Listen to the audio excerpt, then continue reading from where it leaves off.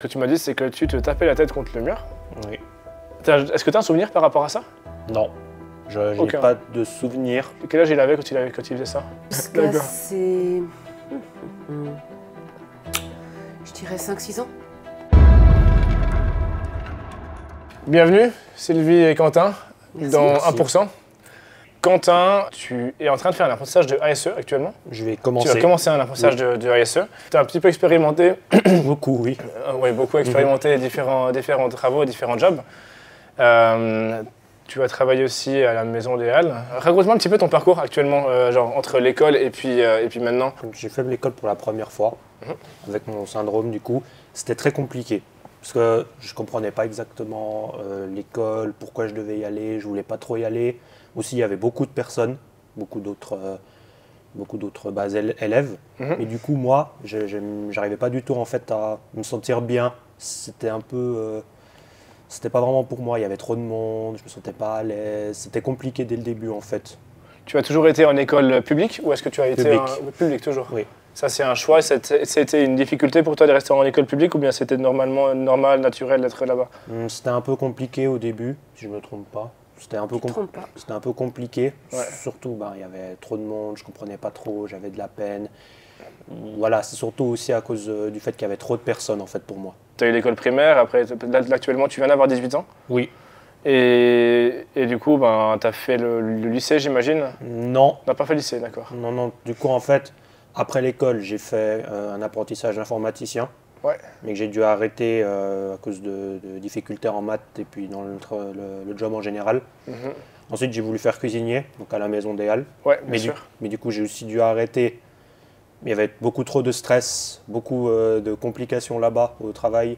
Puis voilà, en plus, ils ont dû arrêter ensuite.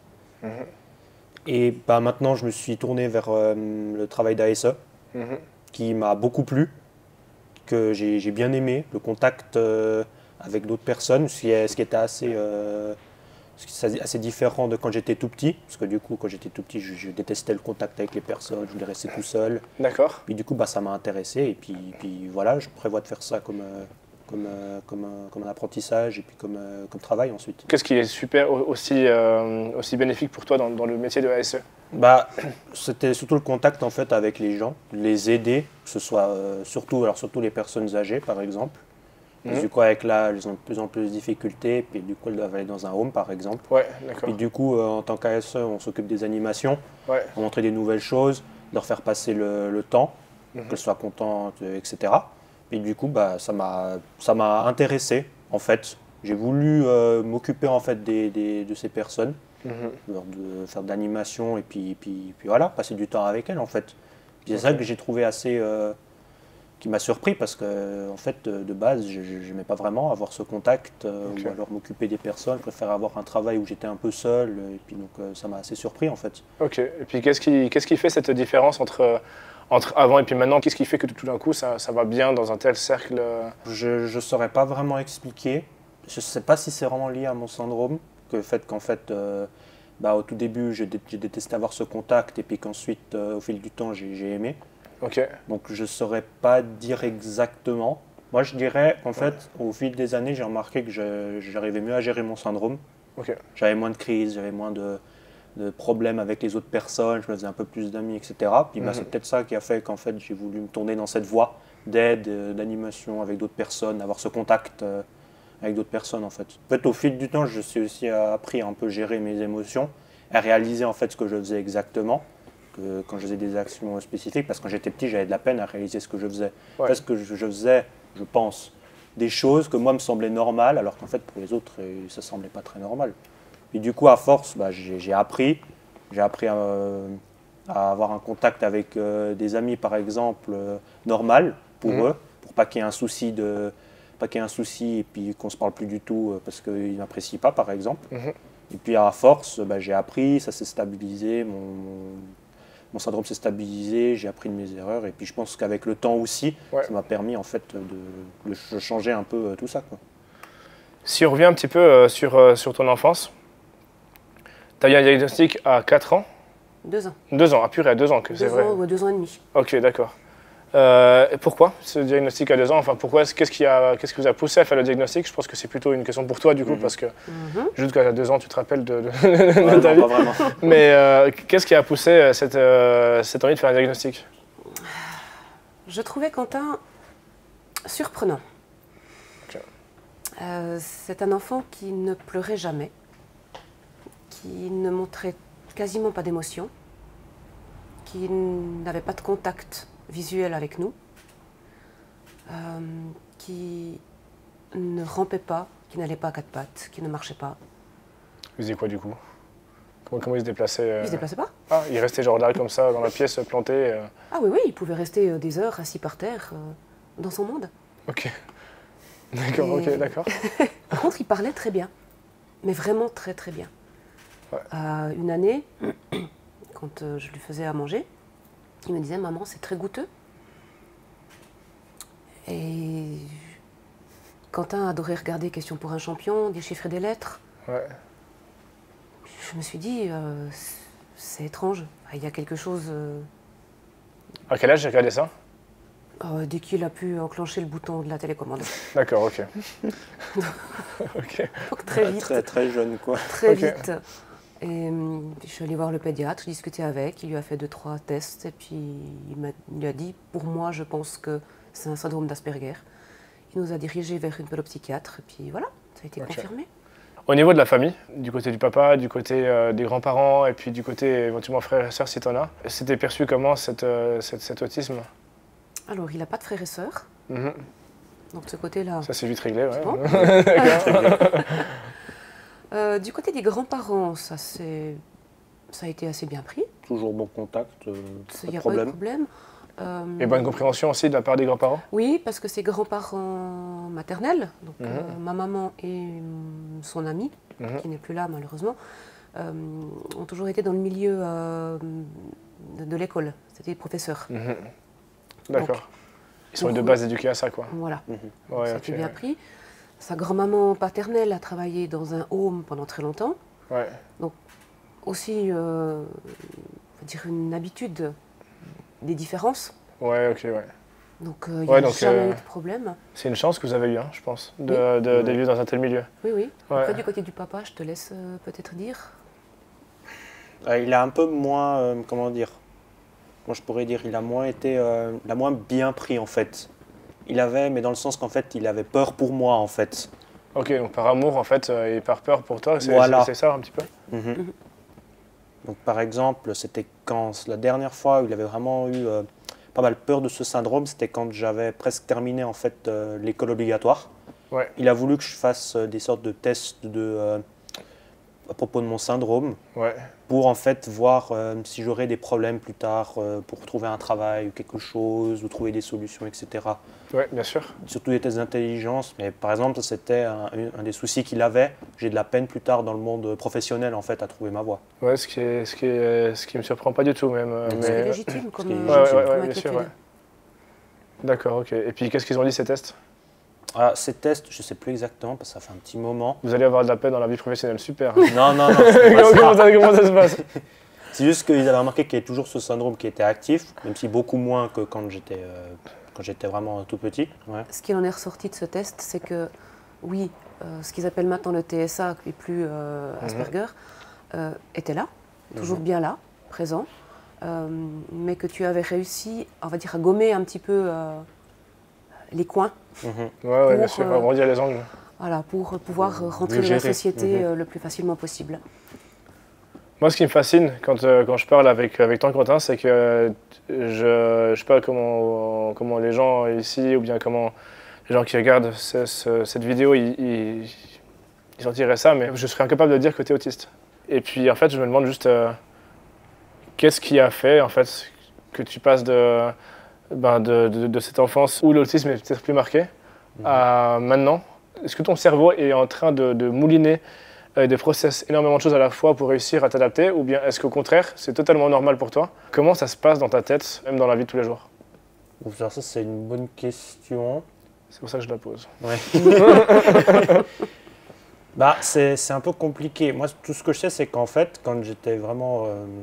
À chaque fois, j'ai des idées. Bref, je pense à pas mal de choses. Je ne sais pas si ça a un lien avec mon syndrome. Tout ce que je sais, c'est qu'en tout cas, grâce au temps, à force que les jours et puis, ou les mois passent, en fait, je m'habitue un peu plus et j'apprends en fait si j'ai fait des erreurs ou j'apprends à gérer mes émotions. Ouais.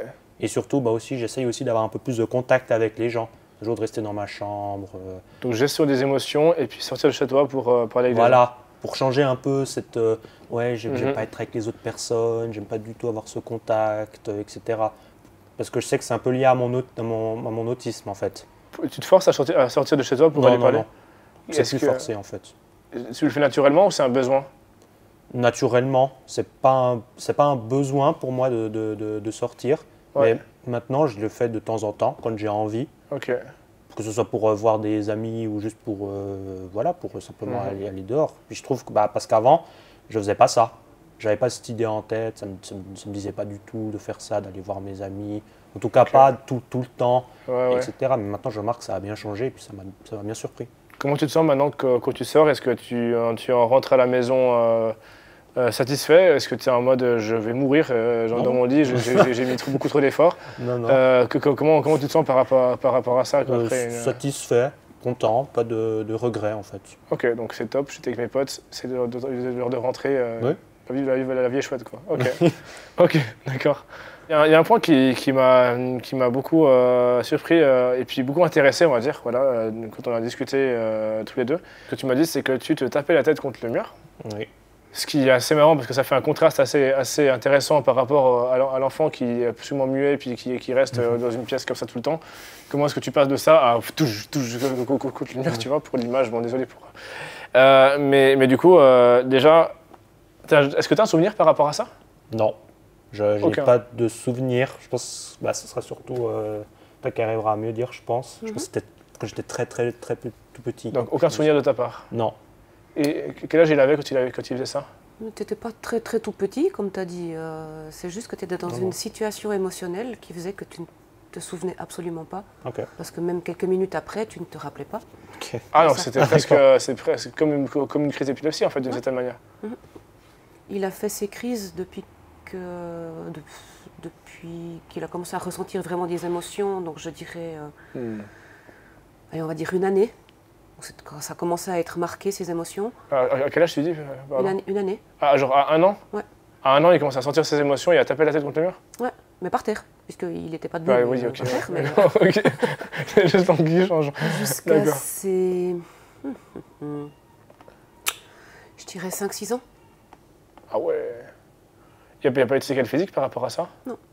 Quelle était l'intensité de... C'était assez violent.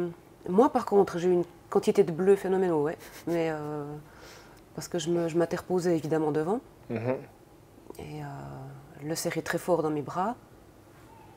Et puis on a fait un petit moment pour trouver comment il fallait le calmer. On va revenir là-dessus dans une seconde, mais du coup je me demande comment est-ce que tu fais pour... genre, tu t'es pris des bleus, mais comment tu te mettais entre lui et puis le mur? Enfin, comment ça se passait? Parce que genre, tu n'essaies pas de le déplacer pour ne pas qu'il se tape la tête contre le mur? Alors en premier lieu, tu l'attrapes, tu le décales, mais lui il est toujours dans son truc. Il continue de taper la tête, les poings, tout. Ah, donc en fait, il tape tout son corps contre le mur? Il y a tout son corps qui... Et du coup, tu le tournes vers toi et puis il commence à te jouer? Ok, d'accord. Je suis désolé pour... Non mais c'est vrai que la situation est assez curieuse. J'avais de la chance qu'il n'ait que 5-6 ans et pas 20 ans, donc... Ok. Bon, c'est bien de rire, en fait, d'une certaine manière. Ça permet de... Oui.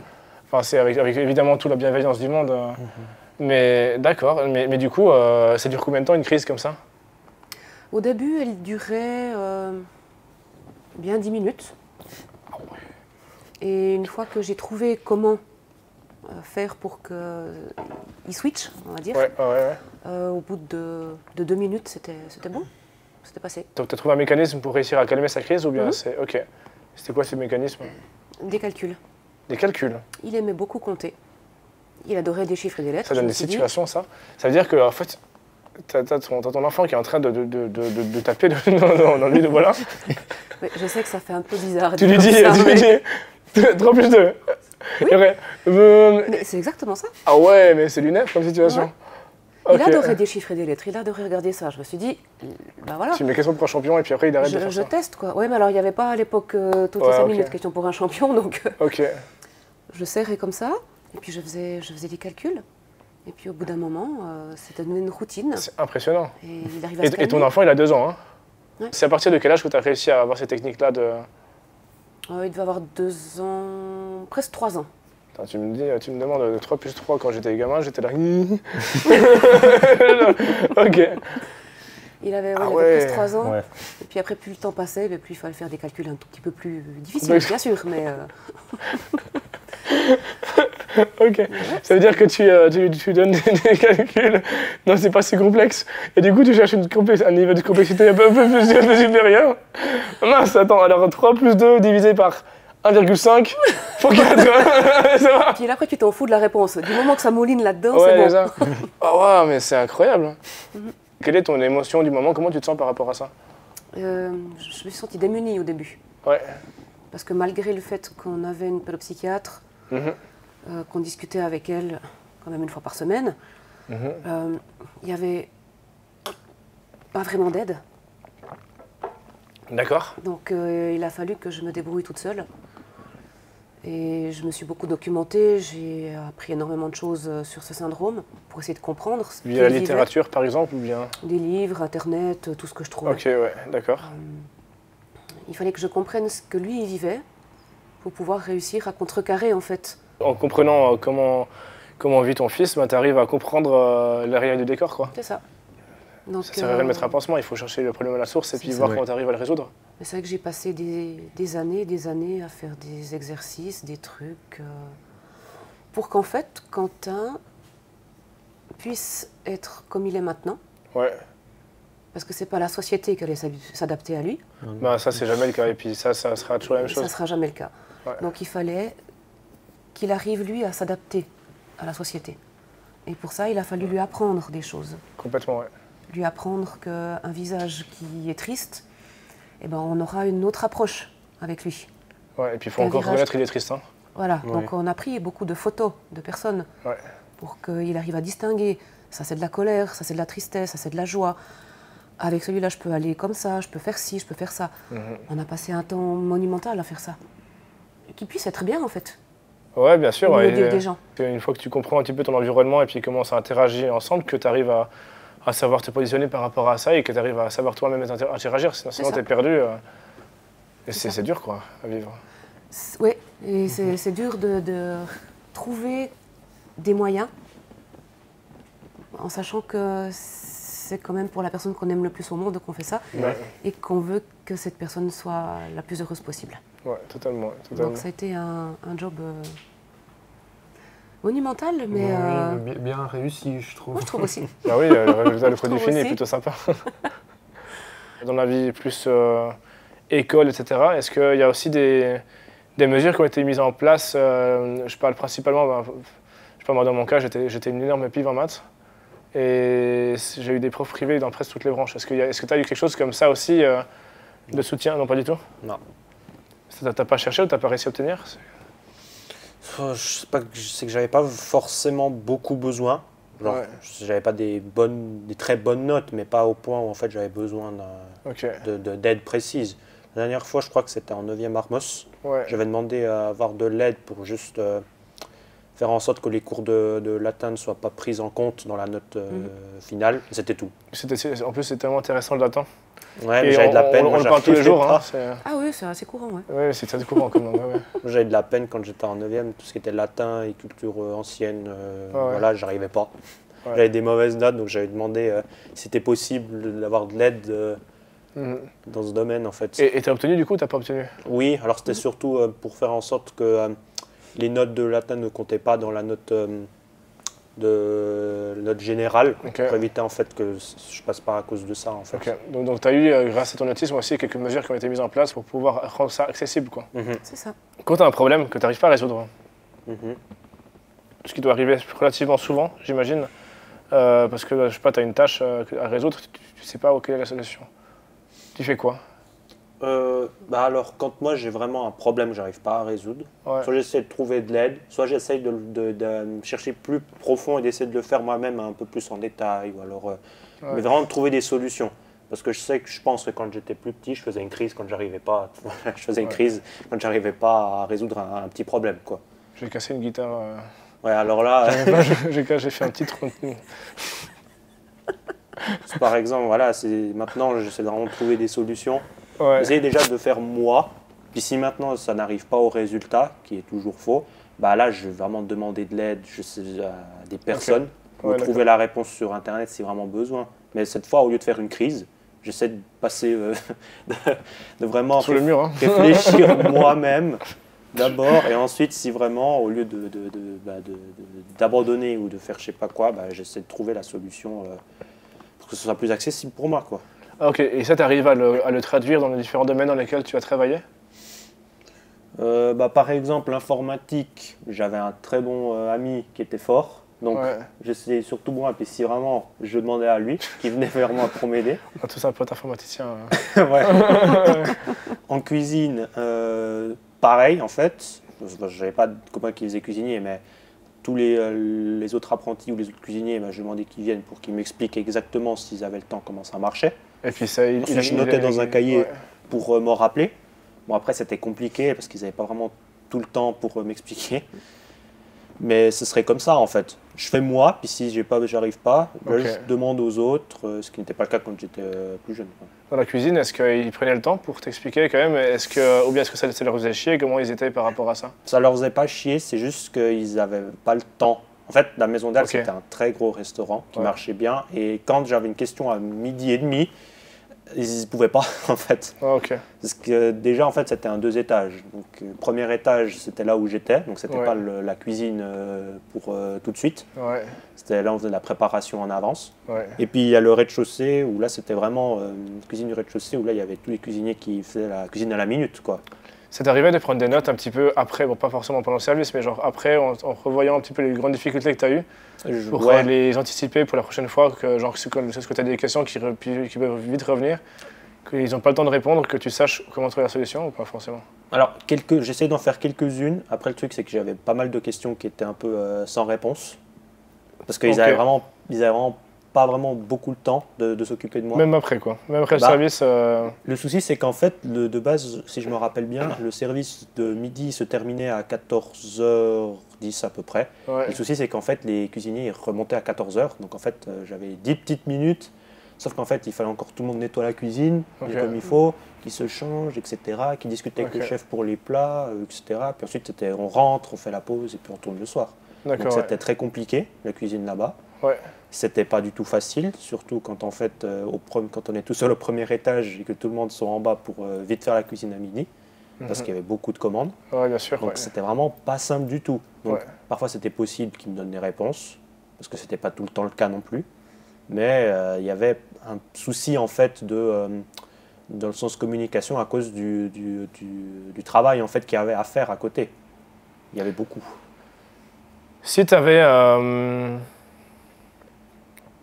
une difficulté dans la vie, là où tu as beaucoup travaillé, ça serait quoi? Bah, c'est qu'il y aura toujours, pour moi, s'il y a une émotion en trop, il y aura toujours ce surplus en fait. Toujours. Mais pas dans le sens où, dès qu'il y a ce surplus, je dois taper sur tout ce qui bouge, me taper la tête. Un point qui doit certainement être intéressant, c'est que quand tu étais enfant, tu n'arrivais pas à contenir cette émotion. La manière de sortir cette émotion, c'était par les coups de poing, les coups de pied, les coups de tête dans le mur ou bien voilà. Tu arrives à canaliser ça au fil du temps grâce à ta maman qui se cultive beaucoup dans ta forme d'autisme. Tu arrives finalement à ne plus donner des coups. Mhm. Du coup, tu fais quoi? En fait, maintenant, s'il y a une émotion qui est vraiment trop présente ou qui a un surplus, je pleure simplement un petit coup.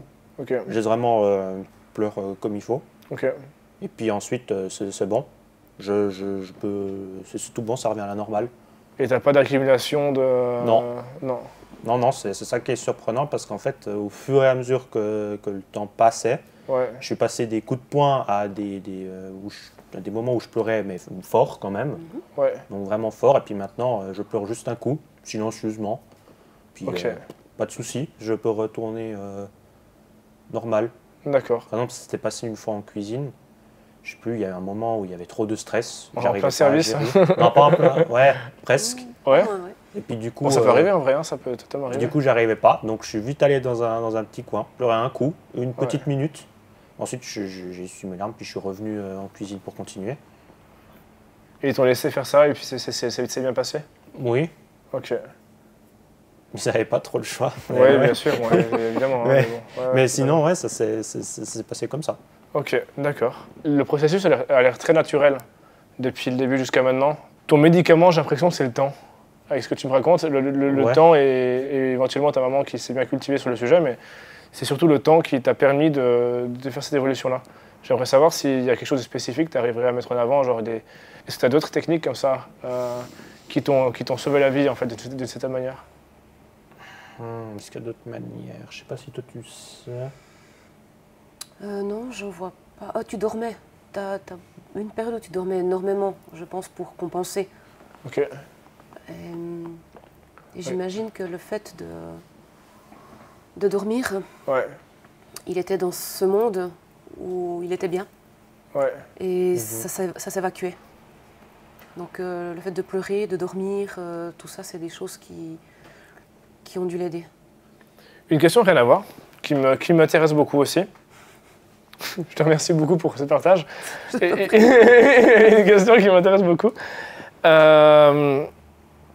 Est-ce que l'autisme a un impact dans la vie sentimentale amoureuse? De manière générale, est-ce que c'est un frein? Est-ce que pas forcément du tout? Comment ça se positionne par rapport à ça? Alors, j'ai aucune idée parce que j'ai jamais eu de petite amie. Ok, d'accord. Moi, honnêtement, je suis pas actuellement dans une phase où j'ai besoin d'une petite amie, Ouais. mais je suis pas dans une phase non plus où j'ai pas du tout envie. Et puis Ok. je suis opposé à l'idée. Je suis neutre, mais en fait, j'ai pas eu l'expérience pour le moment pour Pas dire encore l'opportunité exactement. de. Ok. Non. D'accord, ok. Oh, mais je trouve ça intéressant, franchement, parce que c'est vrai que quand tu as un certain stigma par rapport au syndrome, moi, personnellement, je dis toujours, au début, genre au premier date, je dis à chaque fois, j'ai ça. Ça me permet d'être carte sur table, et puis ça s'ajoute un petit crédit en plus, parce que en fait, tu montres une honnêteté au-delà de ce qui est attendu du premier rendez-vous, et du coup, ça passe généralement bien, mais je me pose la question pour les autres, comment c'est du coup. J'ai fait un sondage sur l'autisme. J'ai repris des clichés en fait avec lesquels j'ai pu grandir. J'aimerais juste voir avec toi si oui ou non tu matches avec ces clichés qu'on pourrait avoir avec l'autisme. Je vais prendre l'une d'entre elles qui peut être intéressante. Les autistes vivent dans leur propre monde. Oui. Oui, oui. Ouais. Oui. Gros oui. Je confirme aussi. Ok. C'est-à-dire? Moi, par exemple, je suis une personne qui, comment dire, qui imagine beaucoup. Ouais. Puis parfois aussi, quand j'étais petit, il y a des moments, par exemple, je restais assis par terre ou sur un fauteuil sans rien faire pendant je sais pas combien de temps, des heures peut-être. C'était là, en fait, donc j'étais dans mon monde. J'étais un peu déconnecté de la réalité, si on peut dire. Est-ce qu'il y a un monde à toi et un monde externe? Oui, oui, oui. Et tu arrives à concilier les deux ensemble et être bien dans les deux? Oui, alors surtout dans mon monde. Ça change bien, ouais. Oui. Il y a des personnes pour te faire chier dans ton monde. Ouais, c'est ça. Mais j'arrive pas exactement à expliquer. Je pense que oui, c'est lié au syndrome. Mais oui, les personnes qui sont autistes, elles sont un peu dans leur monde. Ouais. Oui, oui. C'est peut-être pas le cas pour tout le monde. Alors ça me fait chier de donner raison aux gens, mais je suis totalement d'accord avec toi. J'ai demandé d'un côté si les autistes sont introvertis, et puis en fait on m'a dit pas tant que ça en fait. Et après j'ai posé la question, mais d'une autre manière, les autistes sont bons en contact humain. Et là j'ai eu clairement un non. Les autistes ne sont pas bons en contact humain. Qu'est-ce que tu réponds à ça? Est-ce que c'est vrai ou c'est faux pour toi? Moi, quand j'ai eu ce gros syndrome, quand j'ai eu cette période où j'avais le syndrome qui était très très présent, Ouais. j'étais vraiment introverti. Je voulais pas, j'ai de la peine en fait à me faire des potes. Je n'allais pas trop vers eux. Ouais. Je préférais rester dans mon monde en fait, tout seul. Oh, mais il y a une différence entre ne pas vouloir aller vers des gens et puis ne pas réussir à aller vers des gens aussi. Il y avait les deux en fait. Quand j'essayais, j'arrivais pas et du Ok. coup, j'allais pas. Parce que Ok. surtout aussi, l'autre chose que j'avais réalisé, c'est qu'en fait, j'arrive pas en fait à faire des amis. Mais bon, j'aime pas trop non plus m'en faire. Parce que je sais pas exactement pour la raison, surtout parce que tu avais donné l'exemple au début. Mais c'est pas vraiment des personnes sympas avec moi. Donc je sais pas pourquoi j'aimerais vraiment me faire des amis. Donc en fait, c'est pas du j'arrive pas donc j'aime pas, c'est plutôt du j'arrive pas mais je m'en fous un peu parce que de toute façon, c'est pas des gens cool. Ouais. C'est ça. Ok. Et puis du coup, il y a, je pense, un peu de ça qui est resté au Ok. fil du temps, qui fait que j'ai eu un peu de la peine à me faire des amis ou à vouloir m'en faire. Ouais. Mais ensuite, j'ai remarqué qu'avec le temps, justement, ça a changé.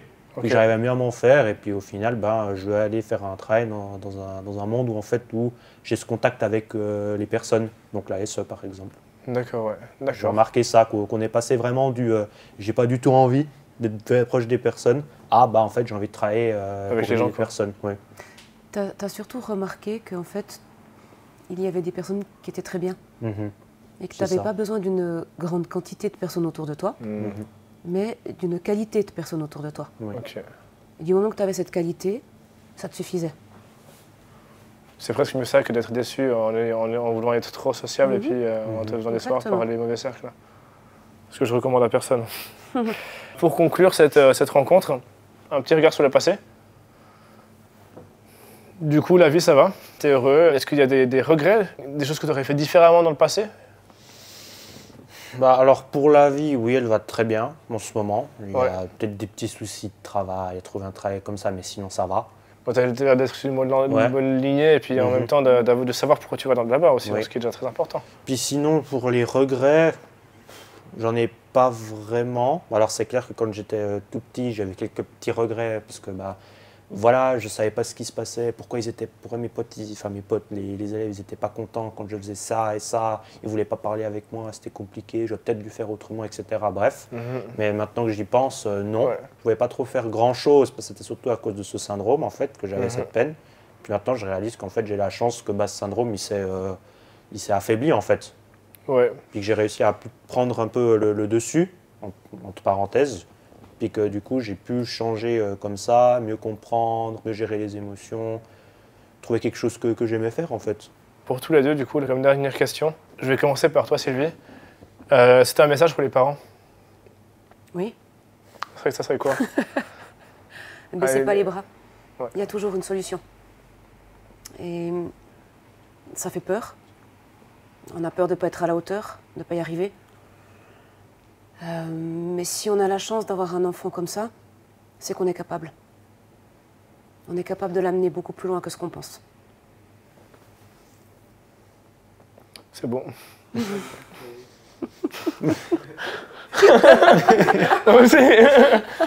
Ouais, c'est bien, c'est bien. Désolée. Non, t'inquiète, je vais te t'inquiète. faire pleurer. Non, c'est un super message. J'aime bien comme tu vois ça, comme si vous avez la chance d'avoir un enfant comme ça. Quentin m'a appris une quantité de choses. On a grandi en même temps, lui et moi. C'est phénoménal tout ce que j'ai dû découvrir, apprendre, pour lui, pour moi, pour nous. Je ne serais pas la personne que je suis maintenant s'il n'avait pas été là. Et oui, c'est une grande chance. C'est une très grande chance. Et en plus, je suis contente parce que je crois que je ne me suis pas trop mal débrouillée. Donc, Non, c'est bien débrouillé. donc ça va. Mais si c'était à refaire, je le referais. Sans 100%. réfléchir. Ah, sans réfléchir. Et toi, alors, Quentin, c'est quoi un petit peu, si tu as un message à faire passer aux gens qui sont dans une situation similaire? Le message que je pourrais passer, c'est qu'en fait, il faut essayer d'être soi-même déjà, pas de quand même penser, pas en fait de trop penser aux effets de l'autisme, pas penser qu'en fait on fait les choses, que c'est à cause de nous, que ces choses sont mauvaises, que c'est à cause que les autres, je sais pas, qui nous embêtent, c'est de leur faute, que c'est pas possible à cause du syndrome. Non, non. Il faut juste se dire qu'en fait, on est né avec ce syndrome, qu'il y aura toujours des solutions à trouver, qu'on a de l'aide, que ce soit nos parents, que ce soit des amis à nous, et qu'il ne faut pas penser qu'en fait, c'est à cause de nous que tout va mal. Le fait que c'est à cause du syndrome, et qu'en fait, il faut simplement faire de son mieux, trouver des solutions, puis pas en fait aller dans ces crises que moi j'avais fait quand j'étais petit. Reprendre à les gérer, quoi, en tous les cas. Voilà, il faut essayer d'apprendre à gérer, mais pas d'aller trop vite non plus. Ouais. Et de faire de son mieux en fait pour pouvoir transformer ce syndrome en fait une force pour plus tard. C'est super, c'est vraiment le message que j'aimerais faire passer avec ce podcast aussi. Dans le sens où, dans les médias, on parle beaucoup du côté négatif de l'autisme. Et puis on veut redonner une espèce d'empathie, une espèce de compassion sur un mal-être d'une personne. Et ce que j'essaie de montrer, moi, c'est plutôt le côté solution. Le côté non, en fait, ça va, je suis autiste, mais c'est super, la vie est bien et j'arrive à m'adapter. Pourquoi s'adapter? Parce que je pense qu'on arrive à être plus heureux si on est plus inclus. C'est ça la grande raison de l'adaptation. Il y en a qui sont plus à même et plus motivés à le faire que d'autres, mais ça, c'est la vie de chacun. Mais en tout cas, j'ai adoré vraiment cette discussion avec vous et puis avoir ces points de vue et puis cette histoire. C'était fort en émotion entre les rires et le reste là, mais c'était une super interview avec vous. Merci. Je vous remercie infiniment d'être venu. Merci à Merci toi. à vous. Merci à tous d'avoir suivi cette interview également. Voilà, l'idée c'est de laisser la parole aux gens et qu'ils puissent aussi s'exprimer sur ce sujet-là. Retrouvez le podcast évidemment sur YouTube, Instagram, TikTok et Spotify. On est partout. Et puis voilà, donc excellente journée, nuit, après-midi à vous. À la prochaine, allez, ciao.